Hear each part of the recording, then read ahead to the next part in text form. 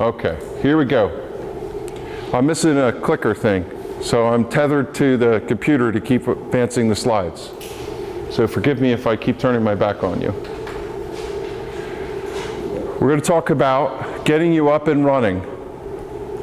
If you have a nuke box and you have to do a nuke install, I have a nuke installation guide which will be posted to the website. It has the literal step-by-step instructions of how to take your nuke home, the types of things you'll see when you go to pick it up, and how to put it in the box with all the recommendations. That'll be posted on the site. Did anybody pick up a nuke already? Okay, because I know Grant Stiles, who sells nukes up in Ford's, handed out his nukes this past week, and people arrived home. So nobody is in imminent, I need to install a nuke mode. I was going to go over that if anybody was, but if not, you could read the guide and then send us notes if you have questions, but it should be really comprehensive.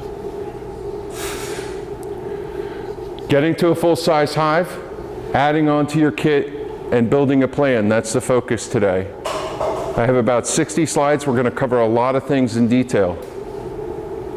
I know that in beekeeping, there's a huge amount of passion to talk about all kinds of things. The focus of this program is not to overwhelm you with what we know. It's what you need to know to get from point A to point B. If you start telling me about some experience that doesn't relate to this period of time, I'm going to ask you to slow it down. That's not what we're doing, okay?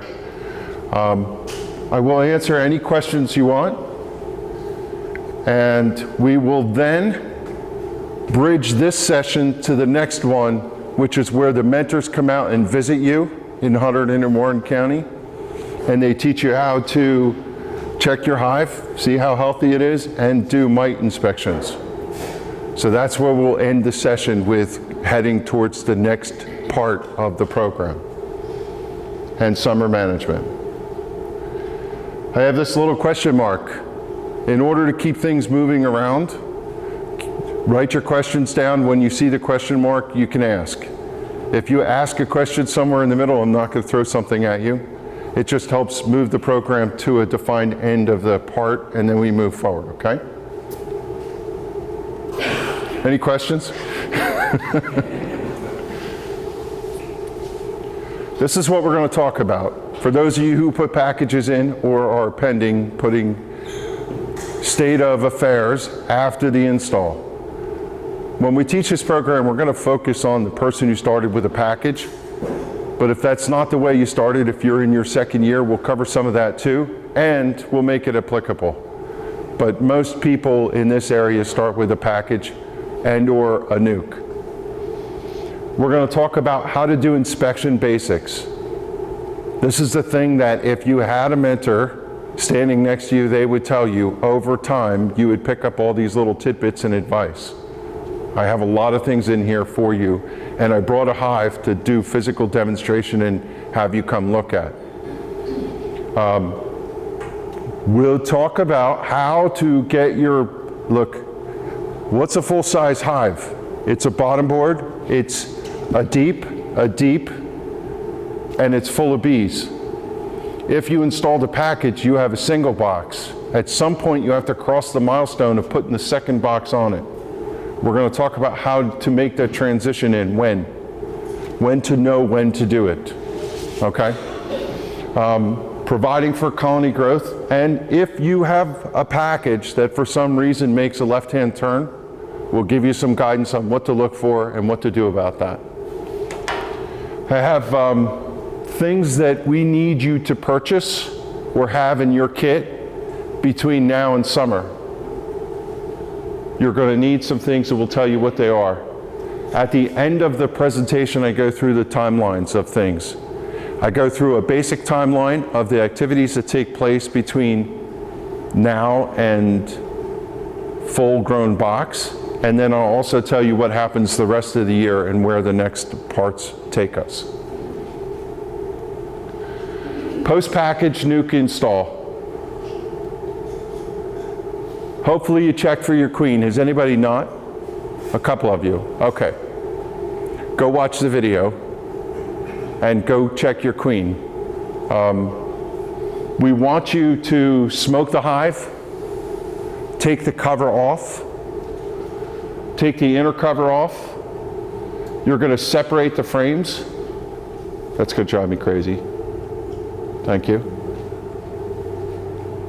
You're going to choose B3 or B7. I'm going to tell you what that means. Just hold on to that. We'll put a pin in it. And then you're going to pull that, and then you're going to work your way to where your queen is. You're going to pull the frame with the queen cage, and you're going to look to see if she's released.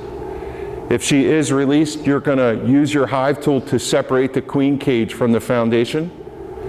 My guess is, like the video that is on our YouTube, you're going to see the cages waxed right into the frame already. Okay? You'll look in the candy end, you'll look for the queen. If she's out, you're going to remove the cage, and then you're going to close the hive, and you're going to leave them alone for a week. It's really important with your newly installed package that you're not in there mucking around. You want them to get in, build comb, build bees, and get their scent in throughout the woodenware. You don't want to be disturbing them by knocking them around, making vibrations. You could cause them to go away. It's not very likely, but leave them be. They don't need to be disrupted. If you have a nuke hive, you follow the install process. You have your 5 frames sitting in the middle. They're good to go. They know what they're doing already. They're a full-sized operational colony. What you want to do after the first week of getting them installed, roof, inner cover, pull a frame next to the brood and see that they're building wax.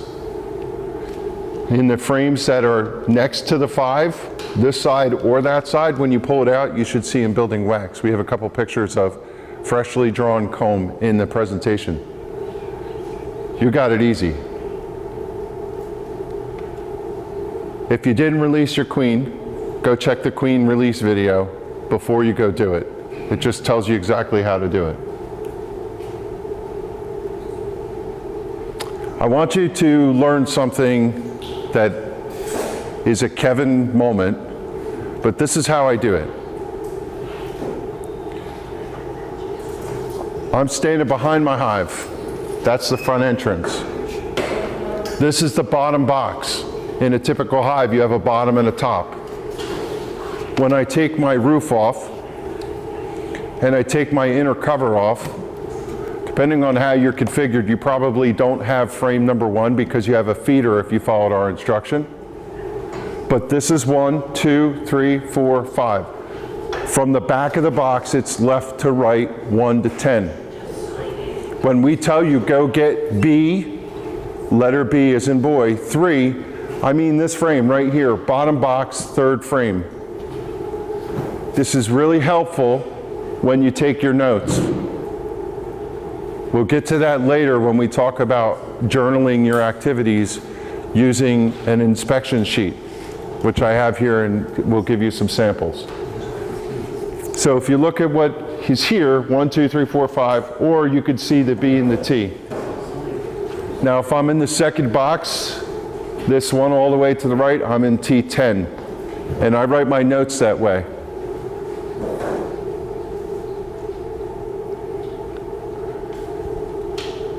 If you didn't find your queen out of the cage, it's okay. It's not an emergency. It means one of a couple things. One, the bees just didn't get to it for some reason, which is dumb, but I don't know why. They do what they're going to do. The other thing that could be possible is you forgot to pull the cork. They've been in there. If you put the cage in correctly, they've been feeding and taking care of her. You pull the cork and you start from scratch, and you should be okay to come back in a week and check. The other thing that happens sometimes is you put the cage in upside down, and an attendant has fallen over the hole, and the queen cannot get out. That's a simple remedy. Turn the cage over, don't dilly-dally, and put the cage back inside, and the queen will crawl out. The last possible thing that you may encounter is the candy's too hard for some reason. You're going to take a little nail,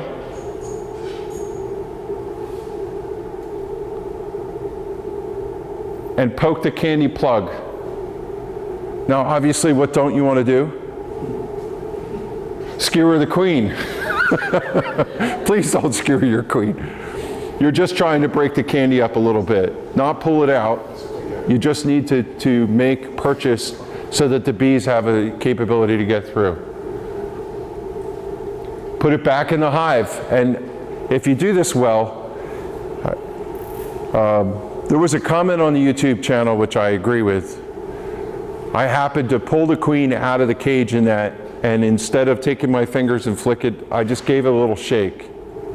Queens are sturdy, but they're also gentle. You should treat them with care. So while you're moving frames in and out, don't be banging it around.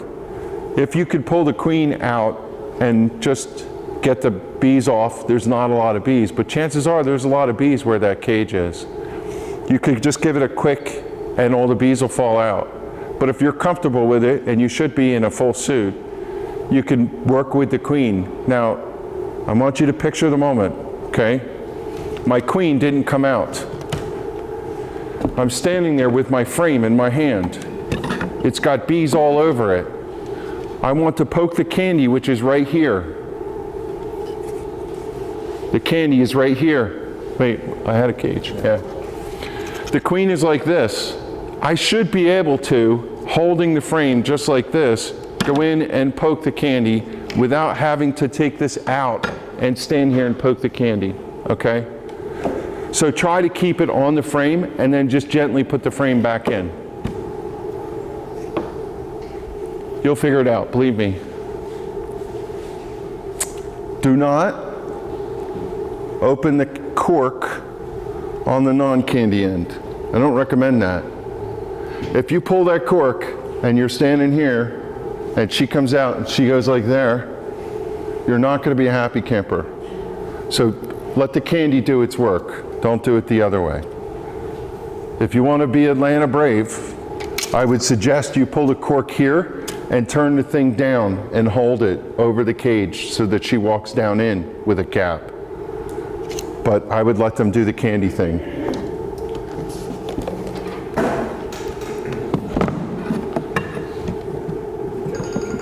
Yeah. What's up? Online I've seen a method where they took the cork out and they stuck a marshmallow in there, and the marshmallow is quicker to be eaten, and it's a quick release. Yep. Yeah, so let me repeat what he asked. There is a technique where you go in the non-candy end and you pull the cork, hold your finger over the hole. You take a mini marshmallow that you would put in your hot chocolate and you put that in. And instead of using their candy, you use yours. It's a possible technique. I think you're at low risk for the queen getting out, but the fact of the matter is the candy is, there is something about the candy method which allows the queen to be inside the hive for a period of time in which the bees come in contact with her and they spread her pheromone through the hive. You have to think about how a package is created. They took hives, pulled bees out without a queen, and dumped it in the package till it was 3 pounds. And then they took a queen cage, which was made in the back room, and they put it in the package. Now, when it got shipped to you, that queen was in with the colony. But it is better when it's inside the hive to leave the queen in with the package for a period of time, and then she gets released because some of her pheromone has been released inside, and they see her as their queen. A quick release may result in her being seen as a foreigner, and they'll attack her. But I don't think there's a problem with that method. I would stay away and just use the candy, not make it complicated. Okay. Your package is in the box. Let's talk about what should happen. The progression of things is your queen is released. She should be out of her cage by now. When you go into your hive on first inspection, I have this question before I say this. I noticed that when I pulled the queen cage out of the package, it had white wax all over it. Did anybody else see that? Yeah. We installed the 2 packages in the mentoring hive yard last Saturday. Then we went to a homeowner's and we installed 8 packages. And then we came back to my house and installed the package that was in the video. Every one of the queen cages had white wax all over it. Go back and look at your queen cage. That's a good sign, because that means that the colonies that you put in had bees that were young and so eager to make wax that they're putting wax all over everything. Which means I would not be surprised that when you first go in your package, you're going to find drawn comb. They're literally going to draw out cells. When I looked at that video on Saturday, or Thursday, it was too cold to show the camera, but they had drawn out wax and I found eggs, right? So as soon as they can, those wax builders are going to be building comb. The other thing that you're going to see is you're going to see foragers coming and going. It should start looking like business as usual. You're going to see foragers going out, and they're out for water, they're out for nectar, they're out for pollen. And if you watch at the entrance, you're going to see pollen coming back in. You'll see it on their pollen baskets on their hind legs. I have to say this. After you do this install, and after you do this first inspection, you should have 2 of these in your chart, or 2 entries in your logbook. You want to keep notes as to your activities. When did I install? When did I inspect? What did I see? Please make sure you're doing that.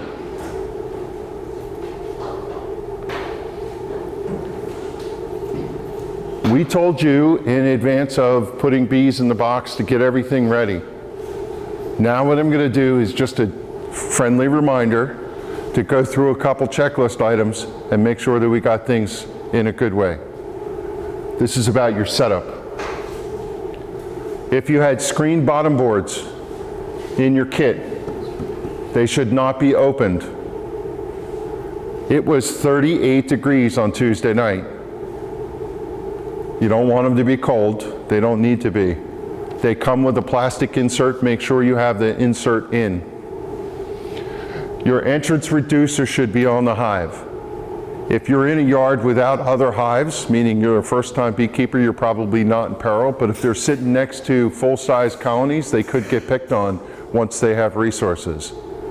A small entrance, or you have the medium entrance, depends on what kind of reducer you have, or you have all the holes if you have one of the metal plates. You want to close it down, the metal plate one. Or you want to be on the small to medium. You don't want a full-blown entrance. That allows the bees to protect themselves while they grow to size to be a formidable colony. You should have your feeder in the first position, and it should have a gallon of food in it. You should have done that before you did the install, and on your first inspection you're going to check to make sure that it's still got food, and if it doesn't, you're going to fill it, and we're going to show you how. You got to have a weight on top of your hives.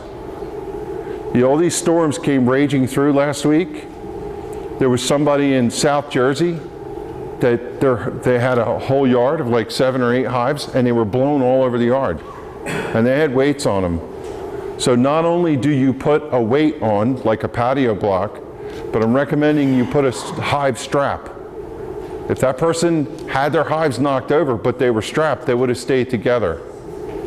At least fallen over, they'll still operate, but there was a box here and a box there and a box there, and this box was broken. Don't end up in that situation. We did talk about this. It's common sense that what are the bees doing in order to build the hive? They're building comb. How do bees build comb? Like a barrel of monkeys. There's a term called festooning, where they hang by their claws, their tarsals, and their legs. And when they hang, they take the wax sheets off their abdomen and they bring it up to their mandible, and then they build a comb. So they're hanging by gravity. And they're building the comb hopefully straight and true for you. If your hive is on a little bit of a list, they're going to build the comb straight up and down, which means your comb is going to be on a list. Now, there's a recommendation to set up your hive, which is it must be level this way. Should not have a tilt this way or that way. It should be level. However, it is prudent to have a little bit of a tilt forward. And the reason being is that if water, let's do the opposite. If it's tilted back, water hits the bottom board and it runs in. No bueno, no good. Tilted forward, water hits the bottom board and runs off. When the comb is this way and you tilt it this way, it doesn't matter. But when it's tilted this way, that's not good, okay? So make sure your hives are level.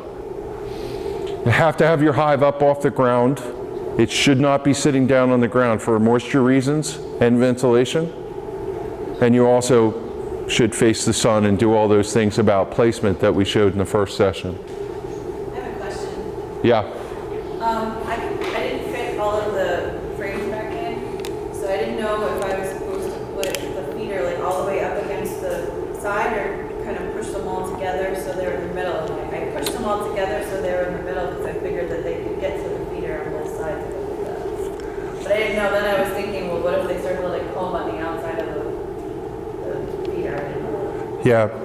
The way that you place the feeder, your question, where do I put my inner feeder?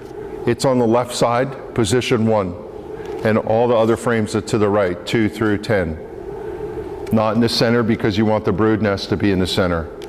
It is your option whether it's in position 1 or position 10. If it's more convenient for you, for example, if I have 3 hives or 2 hives on a bench and I'm approaching this one from the left, I want the feeder on the left. But if I'm approaching this one from the right, maybe it's more feeder on the right. It doesn't matter really where the feeder is, except that it's on the outside, and I'll explain why. So if it all the way to the outside against the woodenware. Okay, so mine isn't right now. Yeah, you should pull it out, put the frames together, and put it on the left or right side against the wood, and I'll show you why. Yeah. So you should be able to get 9 frames in there. 9 frames. And it might be a little tight, but you should be able to get 9 frames.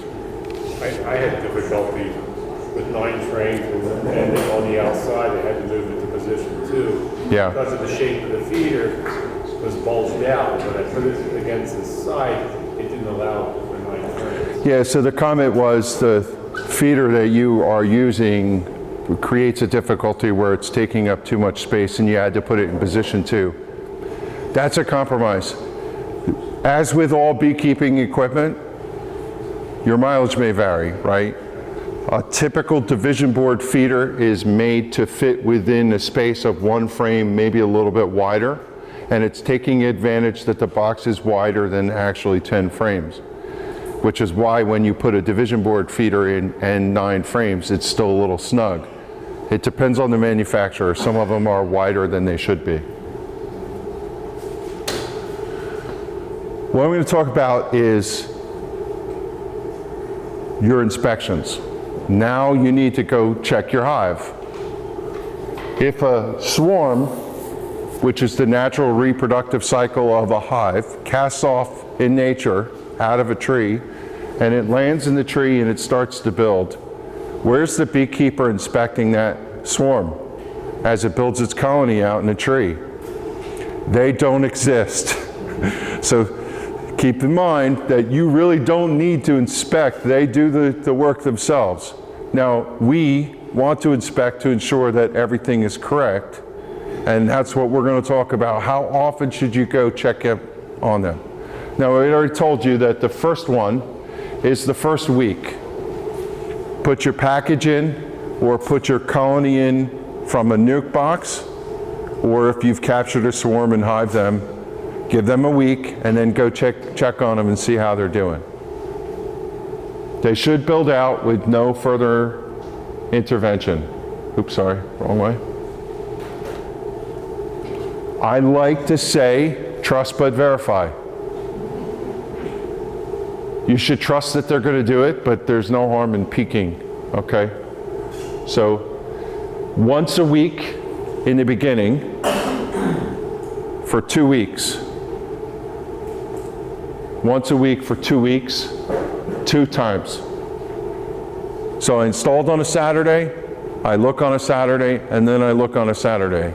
By then, I should see frames built out, and they're underway, and I should start to see pollen stored. I should start to see nectar stored. I'm probably even going to get to the point of seeing larvae and the brood factory underway. After you see that, they know what to do. Then you're going to go to every 2 weeks there on out.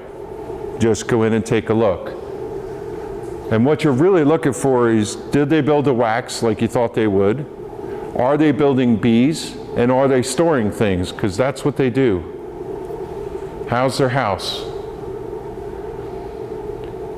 After the first 2 inspections, you're just really looking to keep tabs on the growth and make sure that the brood quality is good.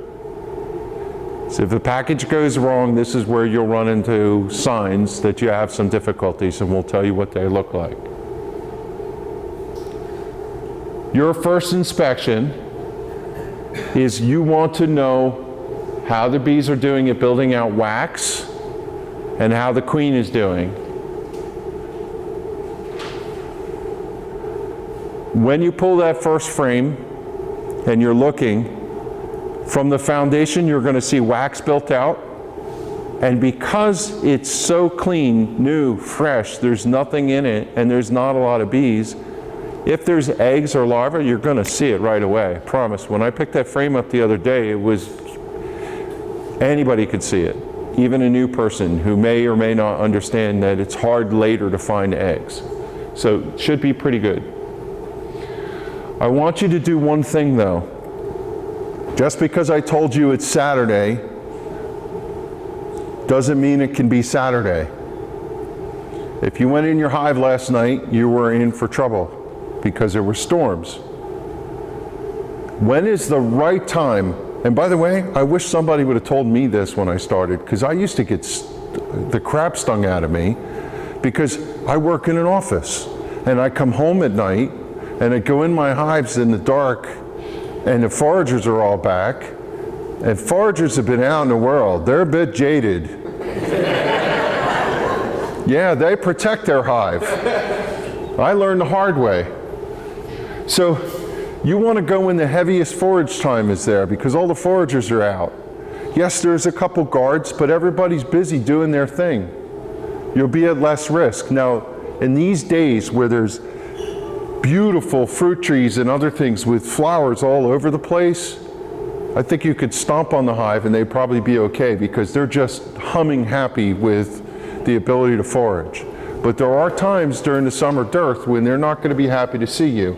So you want to do this ideally in the middle of a full sun, warm day. When you take the hive apart, by the way, they keep the brood nest at 90 degrees. So even if it's 70 degrees and you open the hive, you're releasing heat. So cool days, not a good time to go into your hives. So if you're facing a storm, if the weather's going to change and barometer pressure changes, they know this. They're not going to want you, look, if a storm was out the door and somebody came and removed the roof on your house, you would not like it. They don't either, believe me. So nectar flow is an ideal time, which is good for you because you're just getting started and you should be good to go. I have lost. What about a day like today where the storms are done and it's going to get nicer later today? Will they all be out? If you have something coming, you can get to like a 4-hour window before it gets here and go. So here's the example. Look, if you live in Florida, it storms every night. So the question is, what if something's coming? I would not push anything in closer to that 4-hour boundary of a significant weather change. Okay? So yesterday? You could do it, by the way, because you're probably in a full suit with gloves and all that other stuff. So the fact of the matter is you'd probably get away with it and wouldn't know any better. but they're not going to be happy, and why piss them off? There's another period of time when the forage does dry up. By the way, did I answer the question? Whoever asked that? I think so. When you're talking about when storms coming, like today, the storm landed this morning, and now Yeah. we're gonna have sunnier, better days. When the weather is becoming fair, you're good. I would not, like the storm cloud just blew through in the last 20 minutes and I'm going to go out and go into my hive. I would give it a little time to level out. I'm not a meteorologist, I just play one on TV. So yeah, the question is if it's leaving, I would still give that buffer, but I think you could go a little closer to the 4 hour. What I've seen, personal, is that when storm is coming, the winds of change are blowing, they don't like to go in. And you could watch videos on my channel of me doing that because I was forced to do it and I paid the price. But usually when the storm has left, they're happy to get out and a lot of them go. There's a thing we commonly refer to as the dearth. You're going to get to a point, June time frame, where the plants are going to dry up, or maybe it's a very dry period and there's not a lot of forage out. The bees are going to be in the box and they're not going to be finding things. When that happens, they want to protect what they have, and they're going to be very, very protective in times of poverty when it comes to natural resources available to them. So in the dearth, at dusk, in the cold, when weather is approaching, just stay out of your hive unless you have something imperative to do.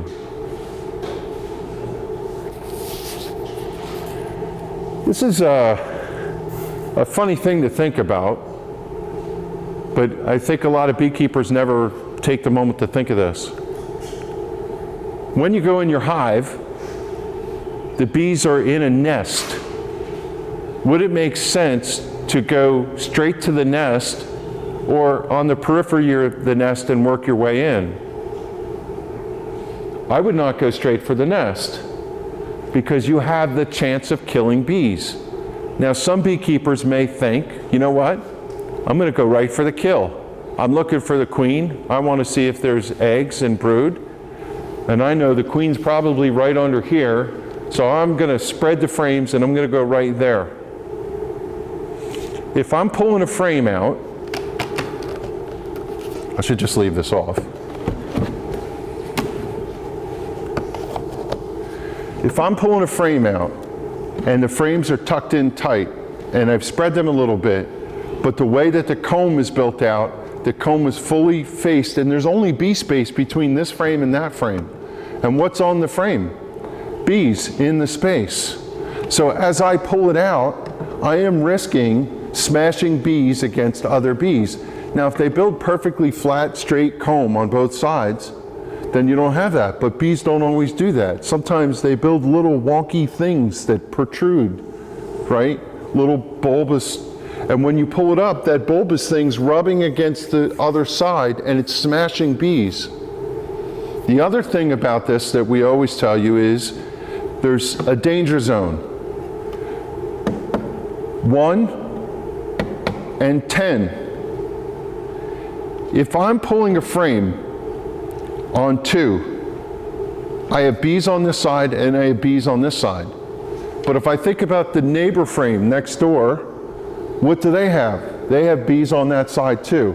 So at least if I'm pulling number 2, I'm rubbing bee against bee, bee against bee. But if I'm over here pulling frame number 1, what am I against? I'm against the woodenware. The woodenware doesn't get out of the way.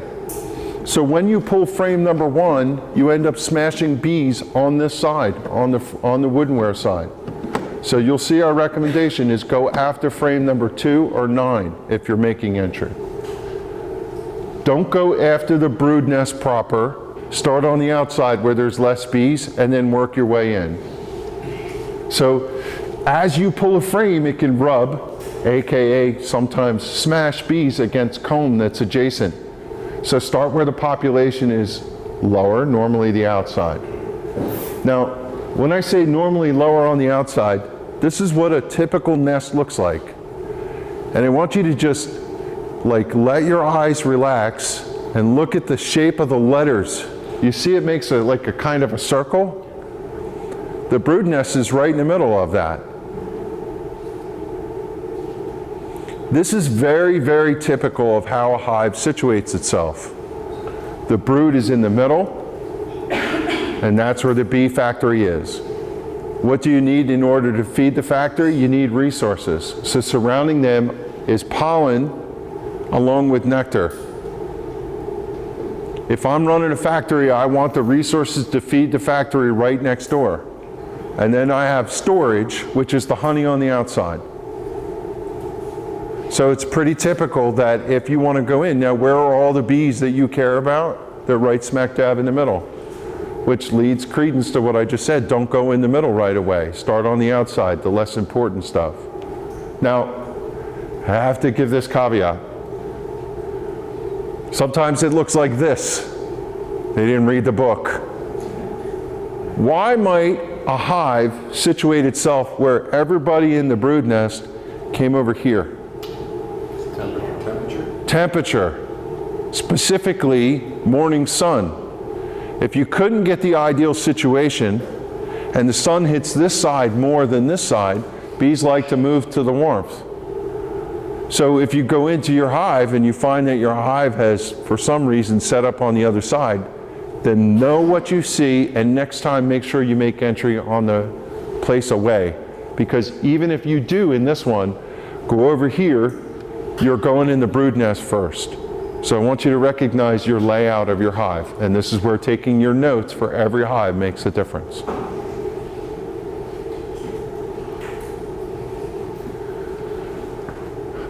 I'm going to take you through a very basic inspection. This is how to go through the box. I'm going to describe it to you frame by frame, and then I literally am going to show you picture by picture, and then I'm going to show you right here in front of you. So just hang with me for the ride.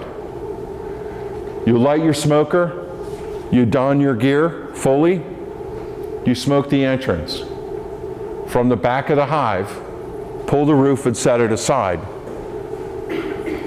I want you to get in the habit of when you pull the roof, you take it and you put it somewhere near your hive, upside down like this on the ground, but not where you're going to kick it.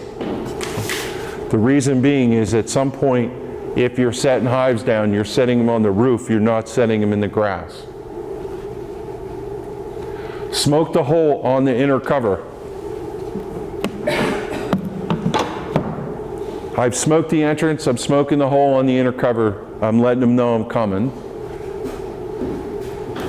I'll do a quick glance on the inside of the inner cover. So now I've cracked the inner cover and I'm looking at it. What am I looking for? The queen.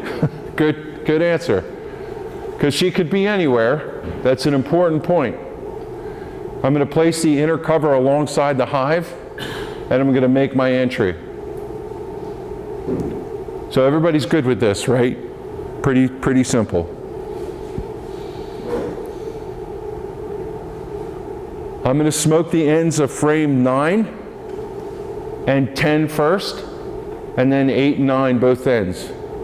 I'll explain this in a second. I'm going to put my hive tool between them.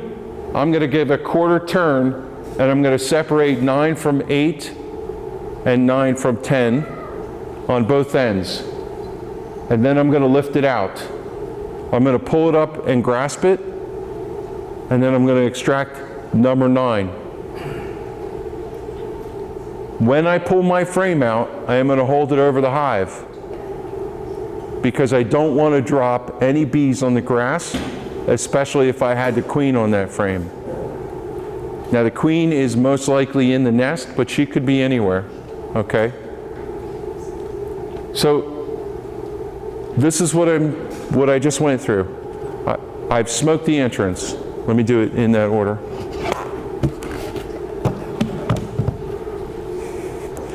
I've got my gear on. I've got my smoker lit. Puff, puff, puff. I'm not gassing the hive. I'm waiting. They're clearing it out. I take my roof off. I set it upside down. Standing to the side, a quick puff inside the hole. Give them a minute to react to it. Hive tool, making entry. Pull my cover up. When I pull my cover up, I'm standing behind the hive, and I always go in from this side. I go this way with it first. Why? Because if bees are coming off, they're flying away from me. I'm going to look at my inner cover. I'm going to check for my queen. When I'm satisfied the queen is not there, I'm going to put it down in a safe place where I'm not going to kick it over. I'm not going to do that. No. I'm not going over the hive because they're going to come up and get me. I have bees all over the top. I'm going to take my smoker and just from the back, unless the wind is blowing at you, puff, puff, puff, and let the smoke go over. All the bees will go down inside the hive. When you watch, even if you let your queen out, go watch the video. You'll see me do this. I'm going to take my tool now, and I want to go in here. Now this is an important thing, and I'm going to keep repeating it. There's bees all over the place in here, especially in between these, and I want to put my hive tool right here. I'm going to put my hive tool in here, but the first thing I'm going to do is puff, puff, puff right here on this circle. That's going to clear the bees out of that area, and I can put my hive tool in and not crush a bee. I'm going to spread the frame. I'm going to spread the frame to break the propolis. Spread the frame to break the propolis. I'm also pushing these over and pushing this over, so now I have space and I can extract this frame. I'm going to use my hive tool, I'm going to go underneath the edge, and I'm going to pull it out. That's what you just got described. I'm going to show you pictures of this too. But everybody got how you do this. Okay, coolio. This is likely what your comb is going to look like. I need to show you that because what I'm about to show you is different.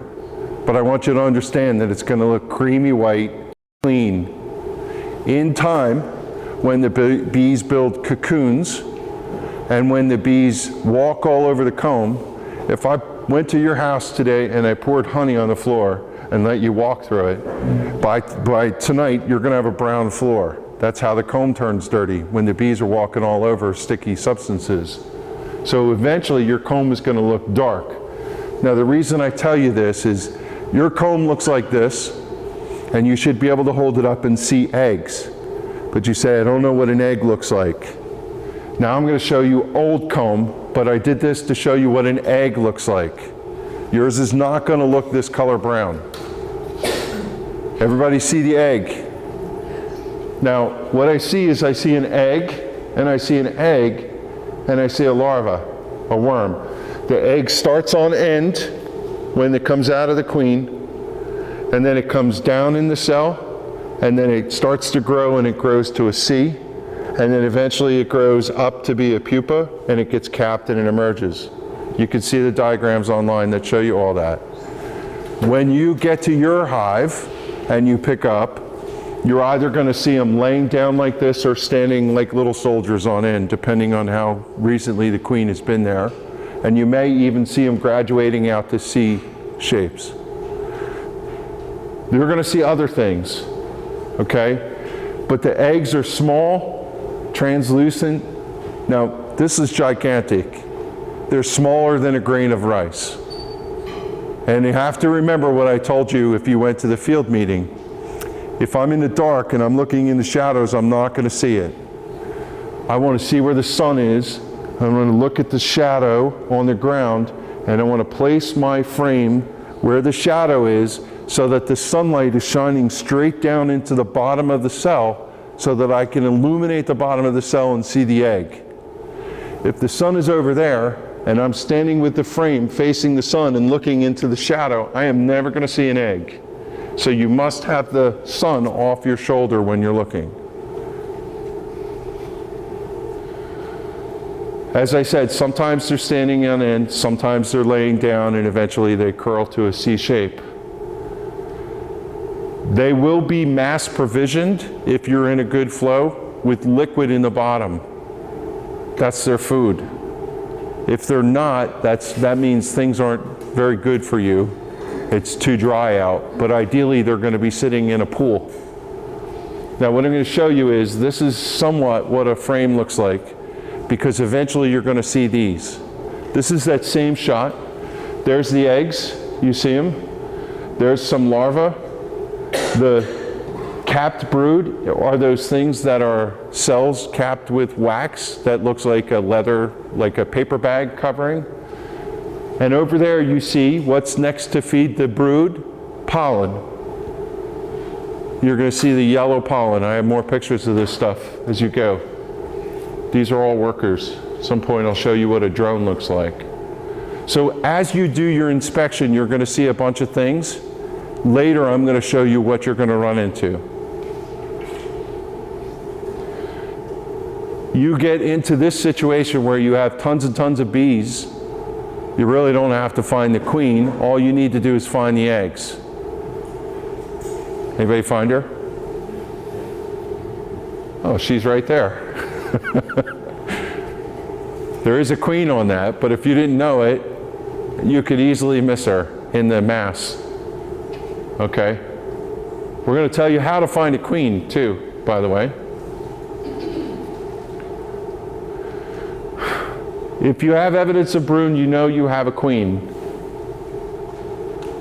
When you do your first inspections, especially those first 2 weeks, if I get to frame number 7 and I see eggs, I don't need to work my way any further. I'm going to put it back in and I'm going to close it up. Your mission is accomplished. I don't need to find the queen. Of course, you're going to write down whatever you saw, whether it's foundation, whether it's some drawn cells, just keep going, right? Every time you pull, I want you to do a quick scan for the queen, especially on that first frame that you're going to put outside the hive.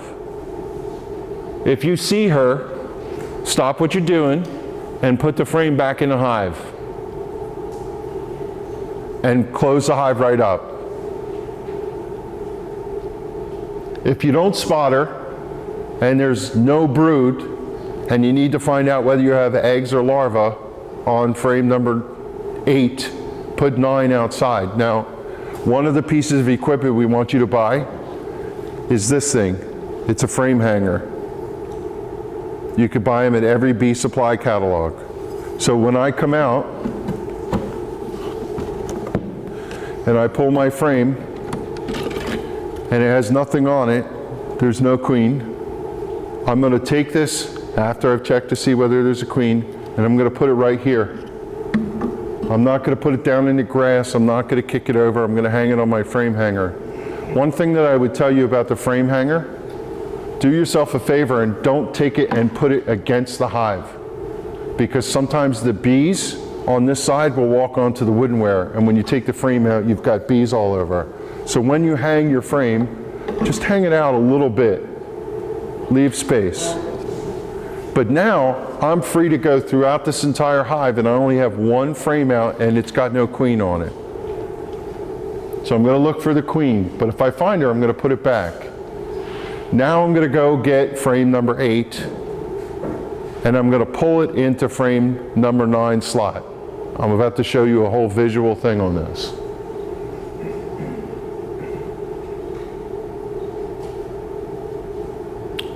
Going through the hive. I remove the 8th frame, observe what's on it. If I don't have it, I put it in slot number 9. I go to 7, I inspect that one. I don't see what's on it, I put it in slot number 8.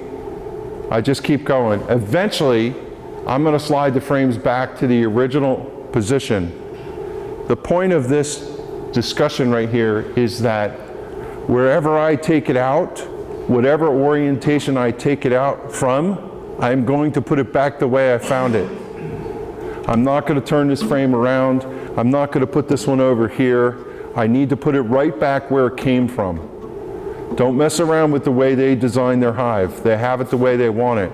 And when you're switching things around, you're setting them back because they may potentially go back and put it the way they want it. All right, so we're going to talk about going through the hive. There's one thing I didn't discuss. What about frame number 10?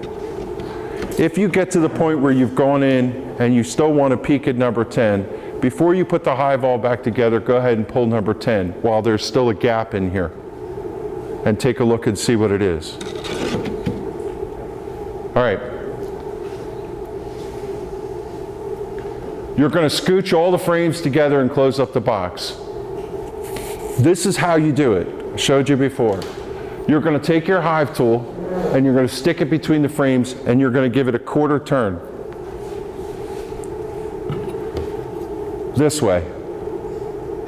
And the blade is going to push the frames.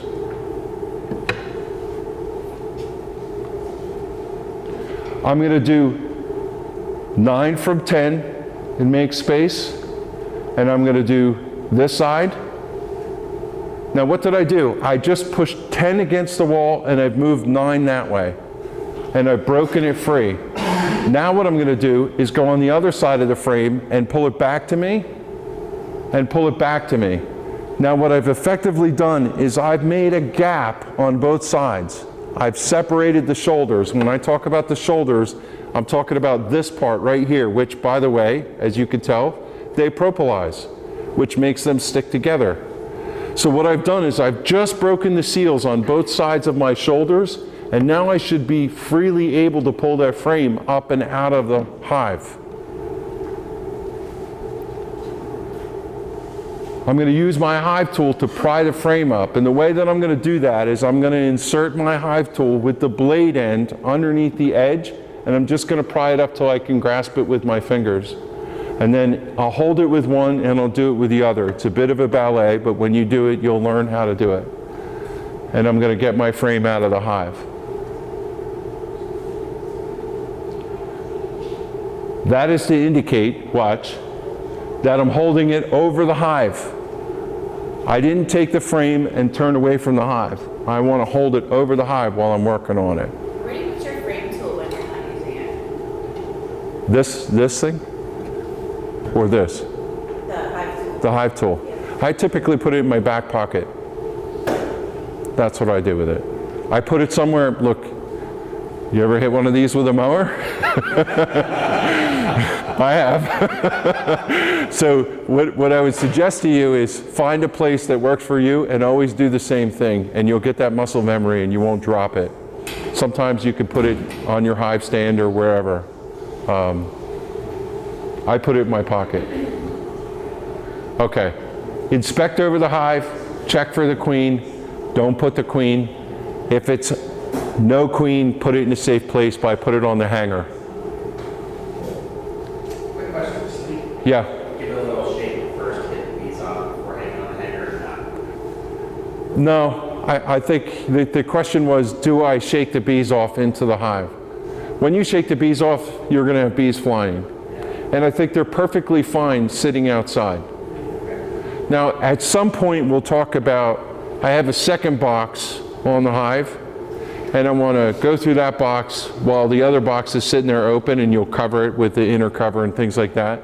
But having a frame of bees hanging out is okay. Now, in this method, how many frames do I have outside the hive?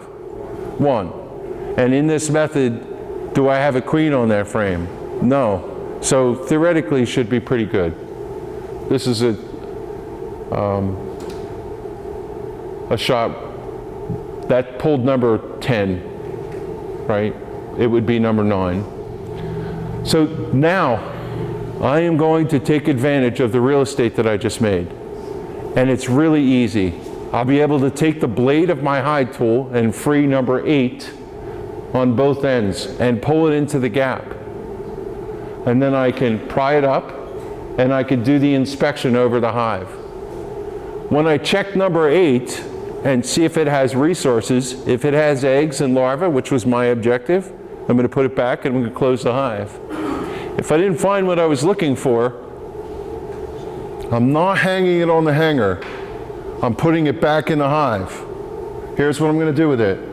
I'm going to put it back in the gap next to number 10. Only one frame out of the hive. And I'm going to go do the same thing with number 7.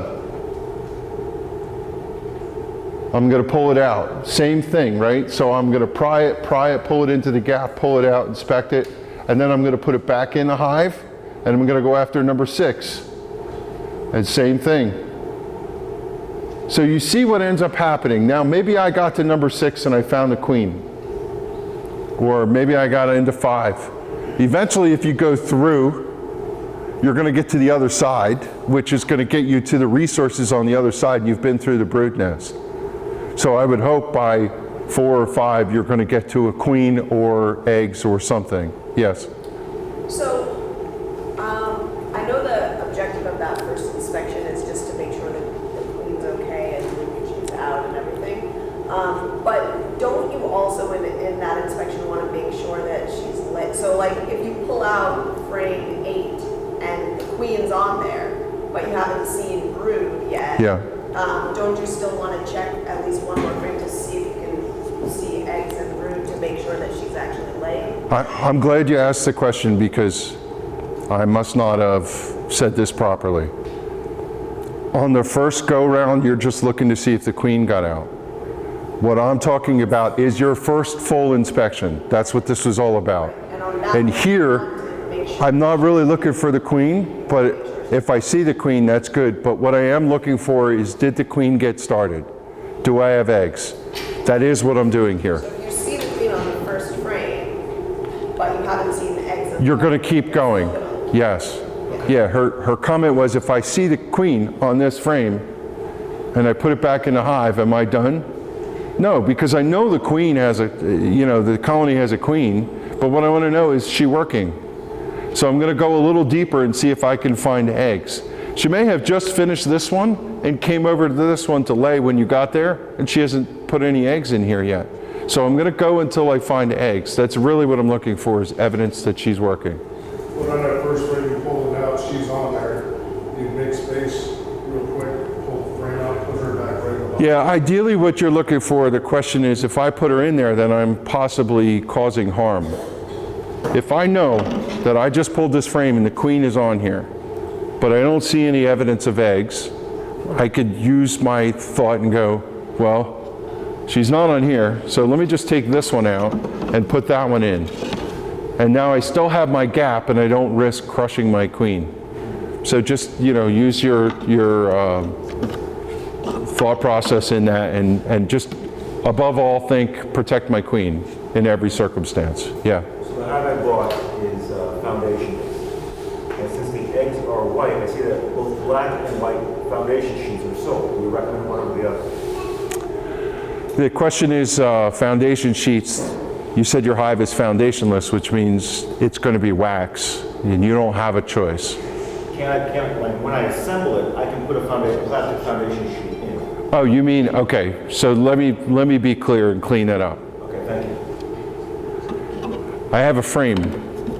This is made by Brushy Mountain, which is no longer in business.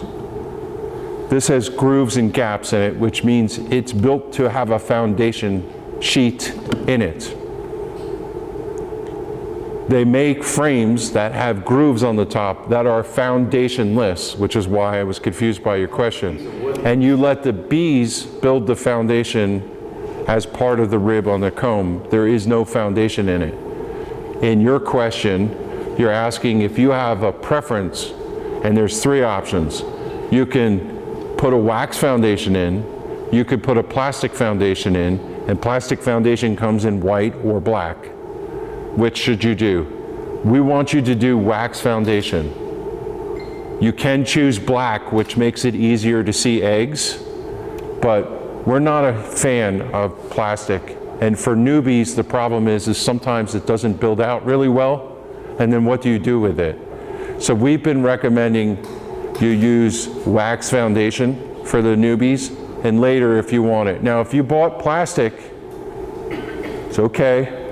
It's all right, step away from the hive tool, go with it. You're going to be okay.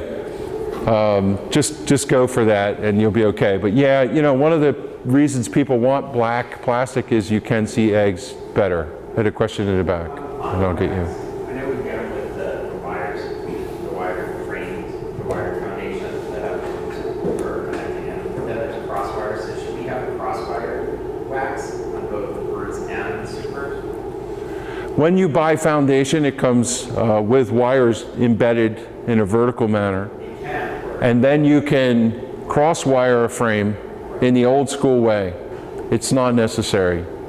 The wires are more than adequate. However, if you want to do that, the foundation is called crimp wire foundation. It comes with the wire embedded in it. That's more than adequate.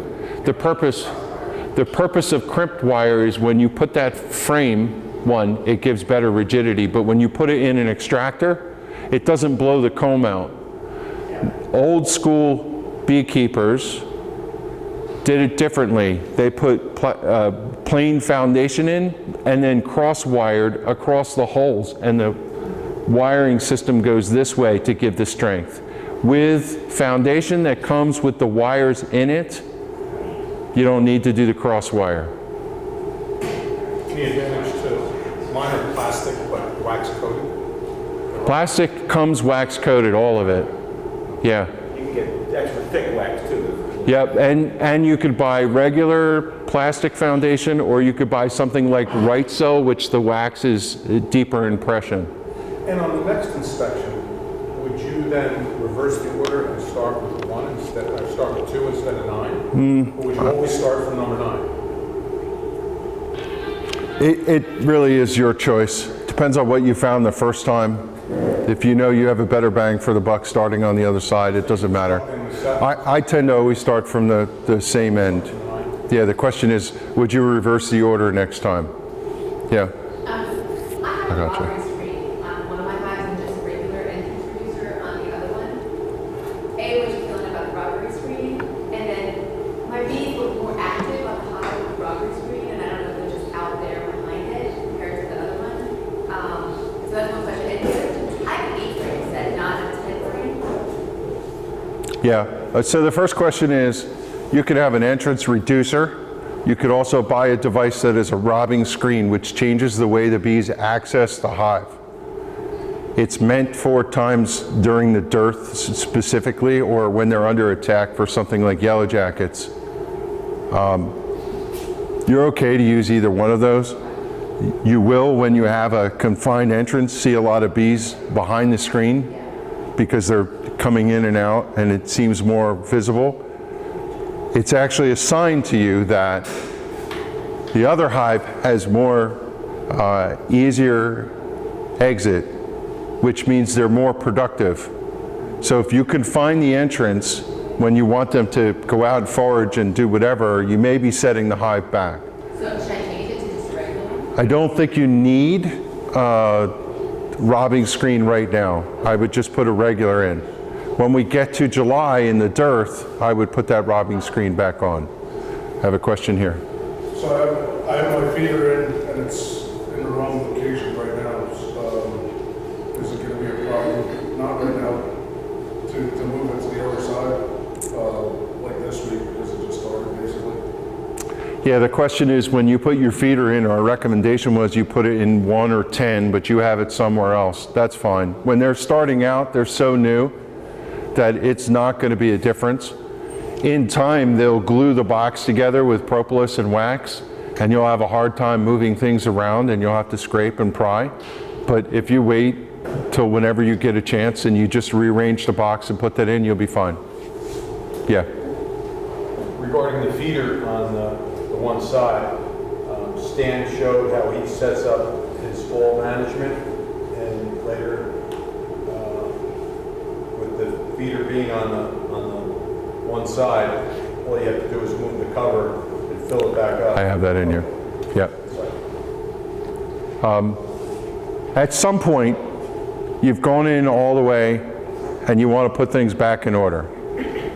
I've seen beekeepers do this. I think I'm in the right spot. Where they take, now here's the way I have it. Let me just tilt this up and hopefully I won't dump everything all over the place. I'm at this stage of the game. This is how far I've gone into the hive. Okay? And I want to move this hive back here, this frame back here where it belongs, and this one over, and this one. I can move one at a time by just sliding them, or I can go over here and slide all three. Slide all three. Just take your hive tool and slide all three. Now sometimes This box is old and crusty. It's got all kinds of debris here, and it may not slide very easily. Keep your edges clean, but you should be able to slide them all back, and you save time, and you're keeping the unit intact so the bees are not being jostled around, right? The middle frame bees are right next to where they're going to be. So take advantage of this. It's a little efficiency thing where you just slide them all over and they end up in the spot like that. Did I confuse anybody with that? Okay. You got all the frames back in your box. You're good to go, right? Not if you don't do, you're going to end up with this in time. And you don't want this, right? If I go like this, and I scrape this propolis off, then my hive will sit shoulder to shoulder with the one next to it. Meaning the woodenware will mate up with the woodenware. There won't be that gap that is caused by the propolis that they put inside. And that's what I want. I don't want my boxes to become locked up because every shoulder has this on it instead of being clean. If you see this on your hive, just take your hive tool real quick and run it down while it's in the gap and clean those shoulders off. Be scrupulous about that. Don't worry about it if it falls down, that's okay. So here's what I'm showing you. I finished.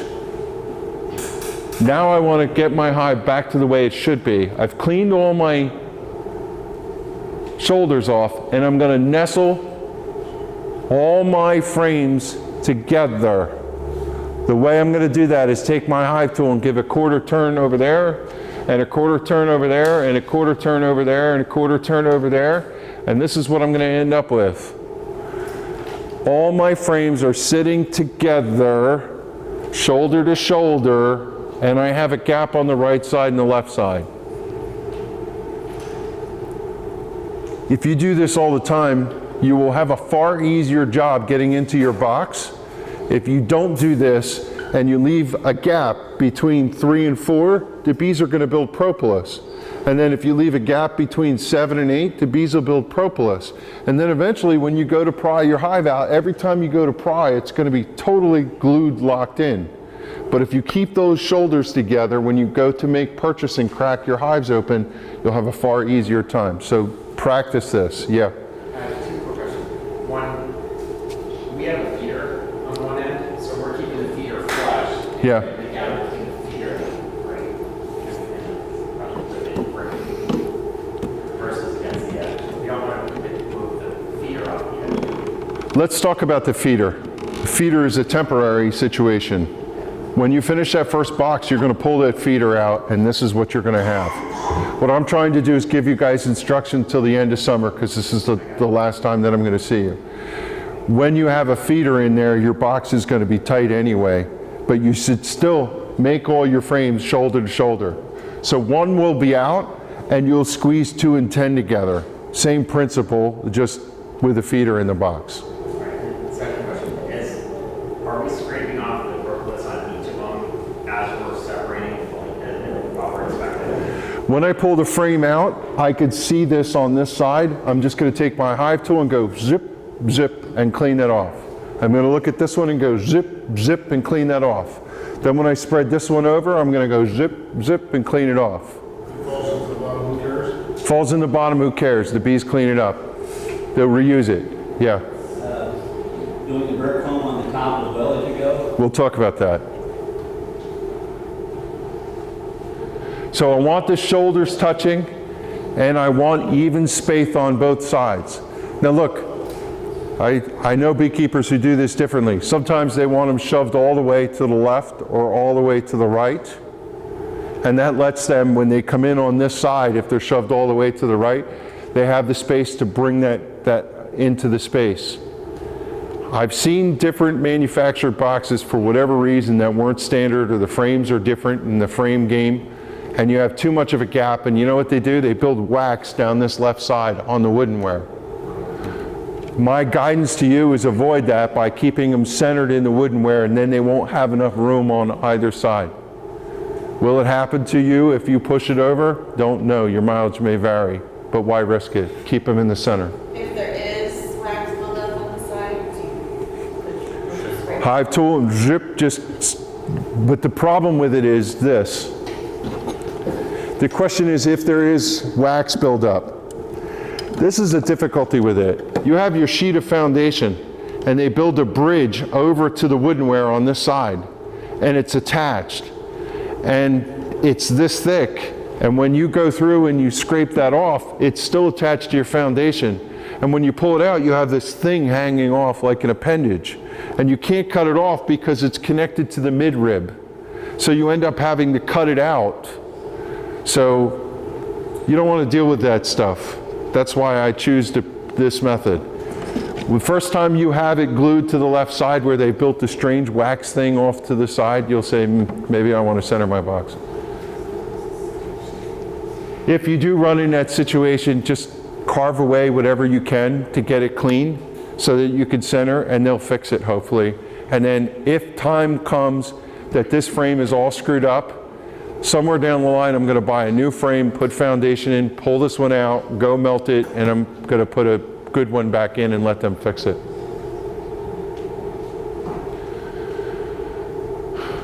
If you find the queen,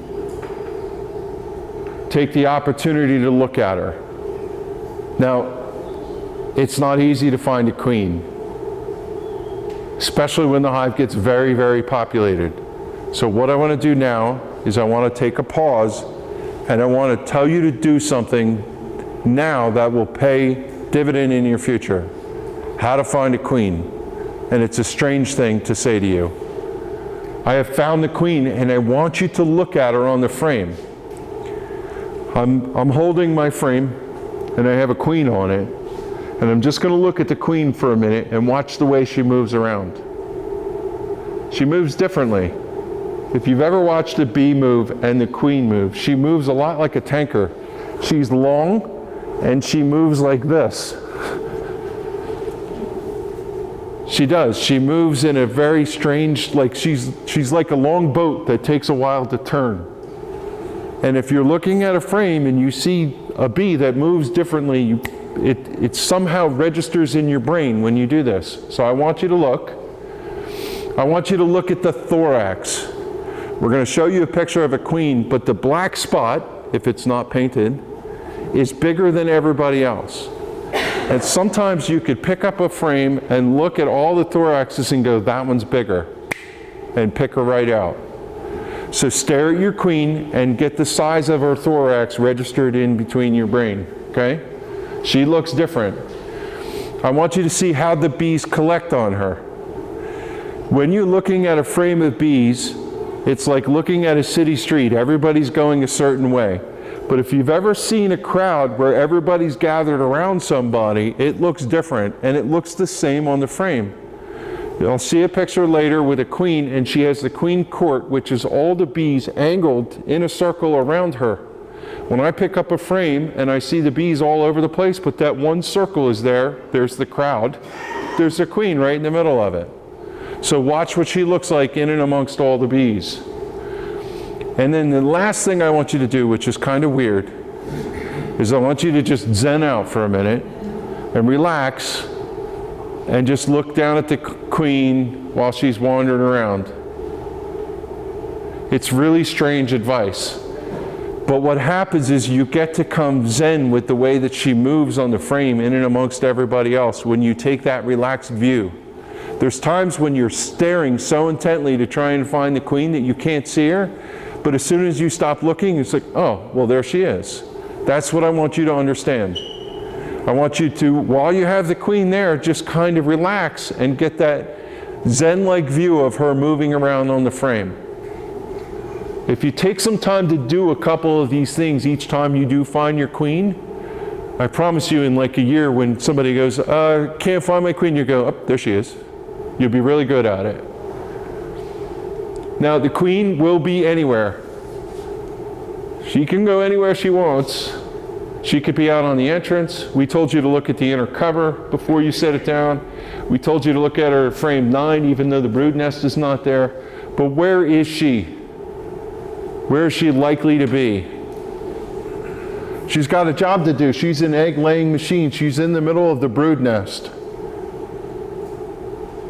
So if you're looking for your queen, as you're going through your frames and you get to the pollen and honey frame and you're starting to see brood, you should start thinking to yourself, my queen's probably on 4 or 5. Not likely you're going to find her. She could be anywhere, but she's likely on 4 or 5 or into the nest. So there's 2 reasons to know that. 1, if you're looking for the queen, you're probably going to find her. And 2, you should be really careful when you're working with those frames, because guess who's probably there? Your best success for finding the queen is to be vigilant on the frames that have brood or are prepared for food. There's sometimes when you pick up and you see that rainbow pattern, which I'm going to show you, and you see a big empty hole and you go, wow, the queen's going to be here any moment now. Hold on to that and remind me. If you're looking for a queen specifically, you don't want to go past a frame and know whether the queen is there or not.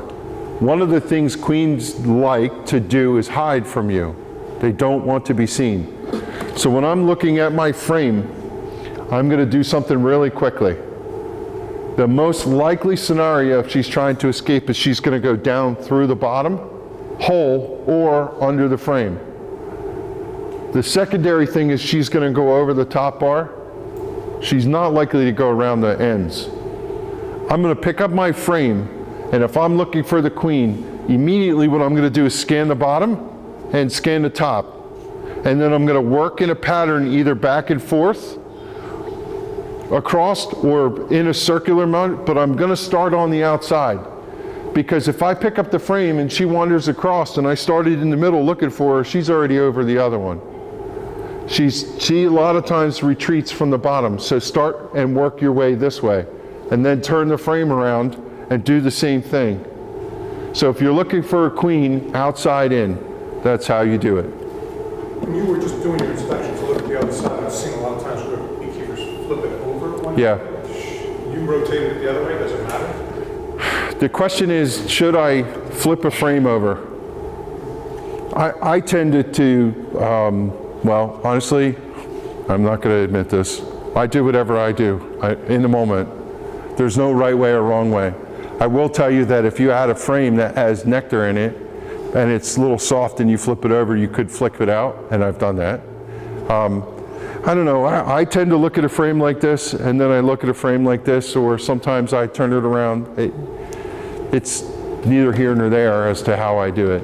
Yeah. If you have foundationless without any wire, and they're building it, wax right from the start, I found if you try to flip it over, especially if it's worn out, Yeah. you might lose the entire frame because it'll just drop out. This is one of the reasons why we're not encouraging you to start with foundationless, because if the foundation is only attached here and it's fresh and it's not on the sides or the bottom, and you turn that frame over, your foundation is going to go like this, and it's going to fall off on the ground. And newbies don't need to work with that, so use foundation. Instead of going like flipping it, what do you? This is what you would do. You would turn it this way and you would look at it this way. It's attached here, but even then you could still run the risk. So if you're looking at it this way, you probably really could turn it this way. Look, this is what a lot of people do. They do this and they swirl it on the rib, right? Especially for a top bar, which is always foundationless. And you're doing this over the hive? Over the hive, always. Kevin, I have a question. Yeah. If the queen is on the inner cover, when you look in the inner cover, what do you do? 'Cause you want to look at the rest of your frames, so how do you get her back in there? Yeah, I would turn the inner cover sideways, like this. If she's in the middle, you're going to have a difficulty, right? But I would turn the inner cover sideways over, and I would just give it a little smoke, and chances are she'll run right down. You could also just take it and flick her in, or you put it back, and when you leave it there for 5 minutes and come back, she'll go off. So if you find your queen on your inner cover, you don't want to take it and set it aside. You really want to get her back in the hive some way. We have, I don't have my kit with me. You have a bee brush, and you could just flicker. That's another way to do it. You might not be comfortable with that. I would just put it back on and encourage her to go back in with a little smoke. If you smoke the hive, chances are she'll retreat down. All right, so let me clean that up. There's a bunch of different ways that I went through. This is what I would recommend.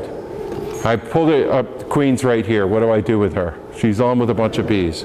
I would put this back in, and I would smoke the top of the hive. When I smoke the top of the hive, reasonable amount of smoke, the bees are going to retract, and hopefully the queen will go down. If I pick it back up and she's still there, I'm going to smoke it again. If she's not coming off, I could abandon it, or I could do what I need to do in order to get her down into the hive. I would not take her and put her over here. I wouldn't do that. Is there a reason to even go further, or just put the cap on and call it done? Look, we know there's a queen in there, Right. but the key is, do I have brood? Is she working? Because brood means you have a working hive. Okay, thank you. So if I was going to look at this frame, I put this in here because I want to show you this is what it looks like sometimes. There's holes, and if she's right there, she's going down underneath and on the other side right away. So if you don't look at the bottom edge, you could look and look and look and you'll never find her. This comes to your thing. Don't waste time looking for a queen. The brood pattern tells the story. That's the answer to the question you just asked me. The brood pattern tells the story. Queen is not necessary. I think even a seasoned beekeeper would have a hard time finding a queen on that frame. There's just too many bees. All right, we're going to switch gears, but what I'm going to do is just take a quick break and then go get yourself a coffee, a drink, bio break, and then we'll come back and we'll keep going, okay?